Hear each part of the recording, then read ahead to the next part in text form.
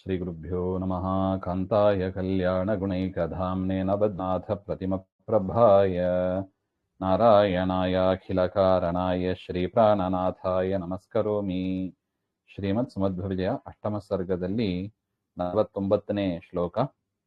ಕಲಿಕಾಲ ಕಾಲಿತ ಗುಣೇ ಧರ ತಲೆ ಸುಜನೋ ನೂನಮಧುನಾಸ್ತಿ ಯೋಗ್ಯದೀಹಿ ಪರತತ್ವವರ್ಣನಮಯೋಗ್ಯತಾವತೆ ನನುಹವ್ಯದಾನಮಿವ ನಿಂದ್ಯತೆ ಶುನೇ.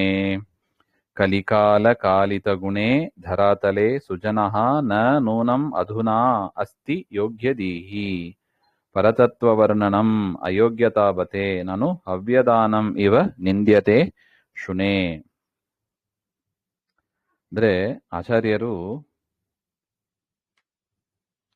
ನೀನು ಭೂಮಿಗೆ ಹೋಗಿ ಬ್ರಹ್ಮಸೂತ್ರ ಭಾಷ್ಯವನ್ನ ರಚನೆ ಮಾಡು ಅಂತ ಬದರಿನಾರಾಯಣ ಆಜ್ಞೆ ಮಾಡಿದಾಗ ಆಚಾರ್ಯರು ಹೇಳ್ತಾರೆ, ನಿಮ್ಮನ್ನ ಬಿಟ್ಟು ನಾನು ಹೇಗೆ ಹೋಗ್ಲಿ, ನೀವಿರುವ ಕಡೆನೆ ನಾನು ಇದ್ದು ಸೇವೆಯನ್ನ ಮಾಡುವ, ನಿಮ್ಮ ಸೇವೆಯನ್ನ ಮಾಡುವ ಒಂದು ಅನುಗ್ರಹವನ್ನ ನನಗೆ ಆಜ್ಞೆಯನ್ನ ಮಾಡ್ರಿ ಅಂತ ಹೇಳಿ ಇನ್ನೂ ಒಂದು ಮಾತನ್ನು ಹೇಳ್ತಾ ಇದ್ದಾರೆ. ಏನದು ಎಂಬುದನ್ನ ಈ ಶ್ಲೋಕದಲ್ಲಿ ಹೇಳ್ತಾ ಇದ್ದಾರೆ. ಕಲಿಕಾಲ ಕಾಲಿತ ಗುಣೇ ಅಧುನಾ, ಈಗ ಯಾವ ಸಮಯ ಇದು? ಕಲಿಕಾಲದ ಸಮಯ. ಆಚಾರ್ಯರು ಬಂದದ್ದು 13ನೇ ಶತಮಾನ, ಈಗಿರೋದು 21ನೇ ಶತಮಾನ. ಕಲಿಯುಗದ ಪ್ರಾರಂಭ ಆಗಿತ್ತು. 5000 ಚಿಲ್ಲರೆ ವರ್ಷದ ಹಿಂದೆನೆ ಕಲಿಯುಗ ಪ್ರಾರಂಭ ಆಗಿತ್ತು. ಅದರಿಂದ ಕಲಿಯುಗದಲ್ಲೇ ಅವತಾರ ಮಾಡಿದ್ದು ಆಚಾರ್ಯರು. ಆ ಕಲಿಕಾಲ ಇದು ಆರಂಭದ ಅವಸ್ಥೆಯಲ್ಲಿ ಇದೆ. ಹೌದು, 4,32,000 ವರ್ಷ ಇದೆ ಕಲಿಯುಗ. ಈಗಿನ್ನು ಕೇವಲ 5,000 ಚಿಲ್ಲರೆ ಆಗಿದೆ ಅಷ್ಟೇ. ಅದರಿಂದ ಆಗಿದ್ರೂ ಕೂಡ ಕಲಿಕಾಲದ ಹೇಗಿದೆ ಅದರ ಸಾಮರ್ಥ್ಯ ಹಾಗೆಂದರೆ, ಕಾಲಿತ ನಾಶಿತ ಗುಣ, ಜ್ಞಾನ, ಭಕ್ತಿ, ವೈರಾಗ್ಯ ಇದೆಲ್ಲವೂ ಕೂಡ ನಾಶವಾಗಿದೆ ಕಲಿಯುಗದ ಜನರಲ್ಲಿ. ಅದರಿಂದ ತಸ್ಮಿನ್ ಅಂತ ಒಂದು ಸಂದರ್ಭದಲ್ಲಿ ಧರಾತಲೆ ಭೂಮಿಯಲ್ಲಿ ಯೋಗ್ಯರಾದ, ಯೋಗ್ಯತಾ ತತ್ವಜ್ಞಾನ ಯೋಗ್ಯ ದೀಹಿ ಬುದ್ಧಿ ಯಸ್ಯ, ತತ್ವಜ್ಞಾನವನ್ನ ಪಡೆಯಲಿಕ್ಕೆ ಯೋಗ್ಯವಾದ ಜನರು ಸುಜನಃ ನೂನಂ ನಾಸ್ತಿ.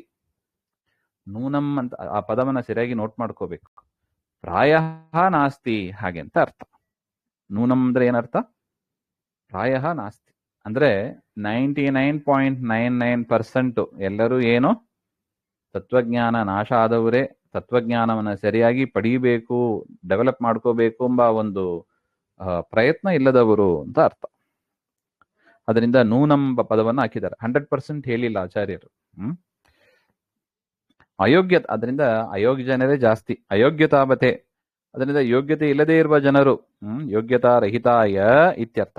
ಜನಾಯ ಅಂತ ಜನರಿಗೆ ಪರತತ್ವ ವರ್ಣನಂ, ಪರಬ್ರಹ್ಮನ ಉಪದೇಶ ಮಾಡೋದು ಎನ್ನುವುದು ಅದು ಹೇಗಿರುತ್ತದೆ ಹಾಗೆಂದ್ರೆ, ಶುನಕಾಯ ಹವ್ಯದಾನಂ ಇವೆ.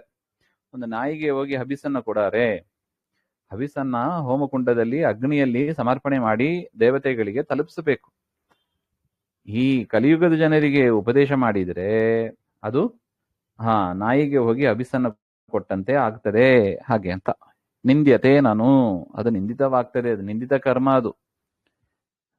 ಅದರಿಂದ ಅಂತ ಕಾರ್ಯವನ್ನ ಯಾಕೆ ಮಾಡಬೇಕು? ಸುಮ್ಮನೆ ನಿಮ್ಮ ಸೇವೆ ಮಾಡಿಕೊಂಡು ನಾನು ಇಲ್ಲೇ ಇರ್ತೇನೆ ನಾನು ಹಾಗೆ ಅಂತ. ಕಲಿಕಾಲ ಕಾಲಿತ ಗುಣೇ ಧರಾತಲೆ ಸುಜನಃ ನ ನೂನಂ ಅಧುನಾ ಅಸ್ತಿ ಯೋಗ್ಯತಿ.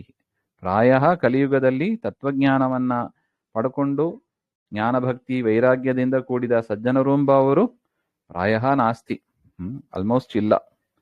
ಅದರಿಂದ ಅಯೋಗ್ಯ ಜನರೇ ಜಾಸ್ತಿ ಇರುವ ಸಂದರ್ಭದಲ್ಲಿ ಅಂಥವರಿಗಾಗಿ ಪರತತ್ವದ ವರ್ಣನೆ, ಪರಬ್ರಹ್ಮನ ಉಪದೇಶ ಯಾಕೆ ಮಾಡಬೇಕು ಹಾಗೆ ಅಂತ ಪ್ರಶ್ನೆ. ಹೌದು ಅಂತ ಅನಿಸ್ತದೋ ಅಲ್ಲೋ? ಜ್ಞಾನ, ಪರತತ್ವ ಜ್ಞಾನ ಯಾರಿಗೆ ಕೊಡಬೇಕು? ಯೋಗ್ಯರಿಗೆ ಕೊಡಬೇಕಷ್ಟೆ. ನಾನು ಓದ್ತೀನಿ ಅಂದ್ರೆ ಅದು ಆ ವಿದ್ಯೆ ಬರೋದು ಇಲ್ಲ, ಅದು ಬಂದರೂ ದೇವರ ಅನುಗ್ರಹ ಆಗೋದು ಇಲ್ಲ ಅದು. ಅದರಿಂದ ಯಾಕೆ ಮಾಡಬೇಕು ಅಂತ ಒಂದು ಚಿಂತೆ. ಹಾಗೇನಾಯ್ತು? ಇತಿ ತಂ ಬ್ರುವಾಣಮಯಮಬ್ರವೀದ್ ವಿಭುಃ ಭುವಿ ಸಂತಿ ಸೌಮ್ಯ ಪುರುಷ ಗುಣೋಚಿತಾ ವಿಮಲಾನ್ ಮಣೀನಿವ ಗುಣೋಜ್ಜಿತಾನ್ ಇಮಾನ್ ದಯಯಾ ವಿಶೋಧಯ ವಿಶುದ್ಧ ಗೋಗಣೈಃ ಇತಿ ತಂ ಬ್ರುವಾಣಂ ಅಯಂ ಅಬ್ರವೀತ್. ವಿಭುಹು ಭುವಿ ಸಂತಿ ಸೌಮ್ಯ ಪುರುಷಾಃ ಗುಣೋಚಿತಾಃ ವಿಮಲಾನ್ ಮಣೀನ್ ಇವ ಗುಣೋಜ್ಜಿತಾನ್ ಇಮಾನ್ ದಯೆಯ ವಿಶೋಧಯ ವಿಶುದ್ಧ ಗೋಗಣೈಃ ಅಯಂ ವಿಭುಃ ಸರ್ವಸಮರ್ಥನಾದ ಶ್ರೀಮನ್ನಾರಾಯಣನು ಇತಿಬ್ರುವಾಣಂ ತಂ ಆ ಬದ್ರಿನಾರಾಯಣನು ಈ ರೀತಿಯಾಗಿ ಹೇಳ್ತಾ ಇರುವ ಶ್ರೀಮನ್ ಮಧ್ವಾಚಾರ್ಯರನ್ನು ಕುರಿತು ಹೇ ಸೌಮ್ಯ ಸುಂದರವಾದ ಮುಖವುಳ್ಳವನೇ ಭುವಿ ಭೂಮಿಯಲ್ಲಿ ಗುಣೋಜಿತಾಃ ಜ್ಞಾನ ಭಕ್ತಿಯಾದಿ ಗುಣಾನಾಂ ಉಚಿತಾಃ ಪುರುಷಾಃ ಸಂತಿ ಭೂಮಿಯಲ್ಲಿ ಇದ್ದಾರೆ ಜ್ಞಾನ ಭಕ್ತಿಯಾದಿ ಗುಣಗಳಿಂದ ಕೂಡಿದ ತಕ್ಕ ಮಟ್ಟಿಗೆ ಕೂಡಿದ ಜನರು ಇದ್ದಾರೆ. ಪುರುಷಾಃ ಸಂತಿ ವಿಮಲಾನ್ ಇಮಾನ್ ಗುಣೋಜ್ಜಿತಾನ್ ಅವರೆಂಥವರು? ಸಾತ್ವಿಕ ಜನರು ಕಲಿಯುಗದಲ್ಲಿ ಇದ್ದೇ ಇರ್ತಾರೆ. ಸಾತ್ವಿಕ ಜನರು ಇಲ್ಲ ಅಂತ ಆಗೋದಿಲ್ಲ. ಗುಣೋಜ್ಜಿತಾನ್ ಕೇವಲ ಸತ್ಸಂಸರ್ಗಾದ್ಯಭಾವಾತ್ ಭಕ್ತಿಯಾದಿ ಗುಣವರ್ಜಿತಾನ್. ಆದರೆ ಎಂಥವರಾಗಿದ್ದಾರೆ? ಸಜ್ಜನರ ಸಂಘ ಮಾಡದೆ. ಸಜ್ಜನರು ಅಂದರೆ ಯಾರು? ಗುರುಗಳು. ಪರಮಾತ್ಮನ ಅಪರೋಕ್ಷವನ್ನ ಪಡೆದ ಮಧ್ವಾಚಾರ್ಯರು, ಜಯತೀರ್ಥರು, ವ್ಯಾಸರಾಜರು, ರಾಯರು, ರಘುತ್ತಮ ಸ್ವಾಮಿಗಳು, ಈ ರೀತಿಯಾಗಿ ಯಾರ್ಯಾರು ಪರಮಾತ್ಮನ ಅಪರೋಕ್ಷವನ್ನ ಪಡೆದಿದ್ದಾರೆ ಆ ಗುರುಗಳ ಸಂಘವನ್ನು ಮಾಡೋದಿಲ್ಲ. ಗುರುಗಳ ಹತ್ರ ಹೋಗಿ ಪಾಠ ಕೇಳಬೇಕು, ಜ್ಞಾನ ಭಕ್ತಿಯಾದಿಗಳನ್ನ ಬೆಳೆಸ್ಕೋಬೇಕು. ಆ ರೀತಿಯಾಗಿ ಅವರು ಮಾಡಿರೋದಿಲ್ಲ. ಭಕ್ತಿಯಾದಿ ಗುಣ ವರ್ಜಿತಾನ್. ಅದರಿಂದ ಏನಾಗಿದ್ದಾರೆ? ಭಕ್ತಿಯಾದಿ ಗುಣಗಳಿಂದ ಅವರು ವರ್ಜಿತರಾಗಿದ್ದಾರೆ. ಸ್ವಾಭಾವಿಕವಾಗಿ ಒಳ್ಳೆಯವರು, ಆದರೆ ಸಜ್ಜನರ ಸಂಘ ಮಾಡದೆ ಅವರು ಜೀವನವನ್ನ ಸುಮ್ಮನೆ ಕಳೀತಾ ಇರ್ತಾರೆ. ಅಂತ ಜನರ ಮೇಲೆ ದಯೆಯ ಕೃಪೆ ತೋರಿ ವಿಶುದ್ಧಾನಾಂ ಗವಾಂ ವಾಚಂ ಗಣೈಸ್ ಸಮೂಹ, ಶುದ್ಧವಾದ ವಾಕ್ಯಗಳ ಸಮೂಹ ಅಂದ್ರೆ ಸರ್ವಮೂಲ ಗ್ರಂಥ ಅಂತ ಅದೇ. ಆ ವಾಕ್ಯಗಳಿಂದ ಗುಣೋಜ್ಜಿತಾನ್ ಸುಶಿರವತ್ವೇನ ಸೂತ್ರೋಜ್ಜಿತಾನ್ ಸೂತ್ರಚ್ಯುತಾನ್ ವಿಮಲಾನ್ ಮಣೀನ್. ಒಂದು ಮಾಲೆ ಹಾಕಬೇಕು ಅಂದ್ರೆ ಮಣಿ ಇರಬೇಕು. ಆ ಮಣಿಗಳನ್ನ ಜೋಡಿಸೋದಕ್ಕೆ ಒಂದು ದಾರ ಇರಬೇಕು. ಕಲಿಯುಗದ ಜನರು ಅಂದ್ರೆ ಹೇಗೆ? ದಾರ ಇಲ್ಲದ ಮಣಿಗಳು ಎಲ್ಲೋ ಚಿಲ್ಲಾಪಿಲ್ಲವಾಗಿ ಇರ್ತಾರೆ ಅವರು. ಅವ್ರನ್ನೆಲ್ಲ ಏನ್ ಮಾಡ್ಬೇಕು ನೀನು? ಹೇಗೆ ಮಣಿಯನ್ನ ಒಂದು ದಾರದಲ್ಲಿ ಪೋಣಿಸಿದ್ರೆ ಅದು ಹೇಗೆ ಸುಂದರವಾದ ಮಾಲೆ ಆಗ್ತದೆ, ಆ ರೀತಿಯಾಗಿ ಆ ಜನರನ್ನೆಲ್ಲ ಒಟ್ಟು ಸೇರಿಸಿ ಸಜ್ಜನರ ಒಂದು ವರ್ಗ ಅಂತ ಮಾಡಿಸಿ ನನಗೆ ಸಮರ್ಪಣೆ ಮಾಡು, ಹಾಗೆ ಆ ಮಾಲೆಯನ್ನ ನನಗೆ ಸಮರ್ಪಣೆ ಮಾಡು ಅಂತ. ವಿಮಲಾನ್ ಮಣೀನ್ ವಿಶುದ್ಧ ಗೋಗಣೈಹಿ, ಶುದ್ಧವಾದ ಮಣಿಯಂತೆ ಅದೇ ರೀತಿಯಾಗಿ ಶುದ್ಧವಾದ ಮಾತುಗಳ ಸಮೂಹ. ಅದರಿಂದ ವಿಶುದ್ಧ ಗೋಗಣೈಹಿ ಇವ ವಿಶೋದಯ ವಿಗತ ಅಜ್ಞಾನಾದಿ ದೋಷಾನ್ ಕುರು. ಅವರ ಅಜ್ಞಾನಾದಿಗಳು ಹೋಗುವಂತೆ ಅವರಿಗೆ ಅನುಗ್ರಹವನ್ನ ಮಾಡು, ಹಾಗೆ ಅಂತ. ಶುದ್ಧ ಶೌಚೆ, ಹಾಗೆ ಅಂತ ಲೋಟ್ಲಕ. ಈ ರೀತಿಯಾಗಿ ಪರಮಾತ್ಮ ಅವರಿಗೆ ಆದೇಶವನ್ನು ಮಾಡಿದ್ರು, ಹಾಗೆ ಅಂತ. ಅಂದ್ರೆ ಅವರ ಆಕ್ಷೇಪ ಏನು ಮಧ್ವಾಚಾರ್ಯರದ್ದು? ಪ್ರಾಯ ಸಜ್ಜನರು ಇರೋದಿಲ್ಲ, ದುಷ್ಟ ಜನರೇ ಜಾಸ್ತಿ ಇರ್ತಾರೆ, ಅವರಿಗಾಗಿ ಯಾಕೆ ಮಾಡಬೇಕು, ಹಾಗೆ ಅಂತ. ಅದಕ್ಕೆ ಪರಮಾತ್ಮ ಕನ್ಫರ್ಮೇಶನ್ ಕೊಡ್ತಾ ಇದ್ದಾನೆ, ಇಲ್ಲ ಭೂಮಿಯಲ್ಲಿ ಸಜ್ಜನರು ಇದ್ದಾರೆ. ಆದರೆ ಏನಾಗಿದ್ದಾರೆ? ಸಜ್ಜನರ ಸಂಘ ಇಲ್ಲದೆ ಸ್ವಾಭಾವಿಕವಾಗಿ ಸಜ್ಜನರಾಗಿ ಇದ್ದರೂ ಕೂಡ ಅವರು ಭಕ್ತಿಯಾದಿ ಗುಣಗಳಿಲ್ಲದೆ ಅವರು ಕಲುಷಿತರಾಗಿದ್ದಾರೆ. ಅವರನ್ನೆಲ್ಲ ಒಟ್ಟು ಸೇರಿಸಿ ಅದ್ಭುತವಾದ ಒಂದು ಮಣಿ ನಿನ್ನ ವಾಕ್ಯದಿಂದ, ಸರ್ವಮೂಲ ಗ್ರಂಥಗಳಿಂದ ನೀನು ಅವರನ್ನ ಶುದ್ಧಗೊಳಿಸಿ ಅವರನ್ನ ನನ್ನ ಹತ್ರ ಕರ್ಕೊಂಡ್ಬರಬೇಕು, ಹಾಗೆ ಅಂತ ಒಟ್ಟು ಅದರ ಅಭಿಪ್ರಾಯ. ತವ ಕೀರ್ತಿರಾರ್ತಿಮತಿ ಮಾತ್ರ ಮಾನಯೇತ್ ಅಶುಭಾನ್ ಪ್ರಭಾಕರ ವಿಭೇವ ಕೌಶಿಕಾನ್ ಕಮಲಾಕರಾನಿವ ಶುಭಾನ್ ಪ್ರಬೋಧಯೇತ್ ಪರಮಾಜ್ಞೆಯ ಮಮ ವಿಶೇಷತೋ ನಿಶಂ. ತವ ಕೀರ್ತಿ ಆರ್ತಿಮತಿ ಮಾತ್ರ ಮಾನಯೇತ್. ಆರ್ತಿಂ ಅತಿಮಾತ್ರಂ ಆನಯೇತ್ ಅಶುಭಾನ್ ಪ್ರಭಾಕರ ವಿಭಾ ಇವ ಕೌಶಿಕಾನ್ ಕಮಲಾಕರಾನ್ ಇವ ಶುಭಾನ್ ಪ್ರಬೋಧಯೇತ್ ಪರಮಾಜ್ಞೆಯ ಮಮ ವಿಶೇಷತಃ ಅನಿಶಂ.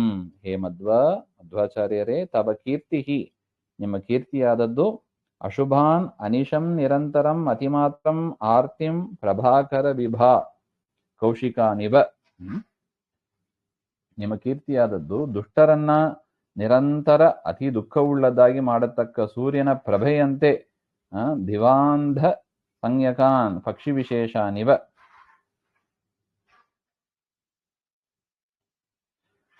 ಕೌಶಿಕಾ ಹಿ ಸೂರ್ಯಪ್ರಕಾಶೇ ಅಂಧಾ ಭವಂತಿ.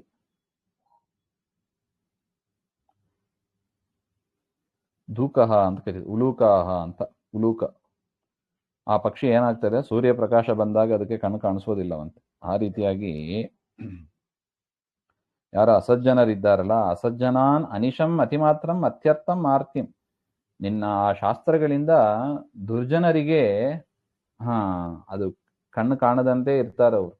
ಹಗಲೊತ್ತು ಸೂರ್ಯ ಬಂದಾಗಲೂ ಕೂಡ ಹೇಗೆ ಆ ಗೂಬೆ ಅಂತಾರ ನೋಡಿ, ಅದಕ್ಕೆ ಕಣ್ಣು ಕಾಣಿಸೋದಿಲ್ಲ. ಸೂರ್ಯ ಇದ್ದರೂ ಕಣ್ಣು ಕಾಣಿಸೋದಿಲ್ಲ. ಆ ಥರ ಮಧ್ವಶಾಸ್ತ್ರ ಇದ್ದೂ ಕೂಡ ಅದನ್ನು ಓದಿ ಭಕ್ತಿಯಾದಿಗಳನ್ನ ಬೆಳೆಸದೇ ಇದ್ರೆ ಅವ್ರು ಕುರುಡರೇ ಅಲ್ವೇ. ವ್ಯಾಸರಾಜರು ಹೇಳ್ತಾರೆ ನೋಡಿ, ಅಂತರಂಗದಲ್ಲಿ ಹರಿಯ ಕಾಣದವ ಹುಟ್ಟು ಕುರುಡನೋ ಅಂತ ಪದವನ್ನು ಮಾಡಿಟ್ಬಿಟ್ಟಿದ್ದಾರೆ. ಆ ರೀತಿಯಾಗಿ ಪರಮಾತ್ಮ ಹೇಳ್ತಾನೆ, ನಿನ್ನ ಶಾಸ್ತ್ರ ಅಂದ್ರೆ ಮಧ್ವಶಾಸ್ತ್ರ ಏನಿದೆ ಅದನ್ನು ಓದದೆ ತಿಳ್ಕೊಳ್ಳದೆ ಇರುವವರು ಗೂಬೆಗೆ ಸಮಾನ, ಹಾಗೆ ಅಂತ.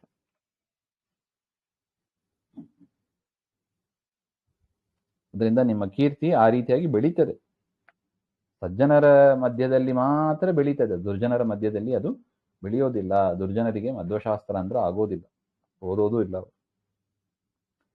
ಆನಯೇತ್ ಪ್ರಾಪಯೇತ್ ಹಾಗಂತ.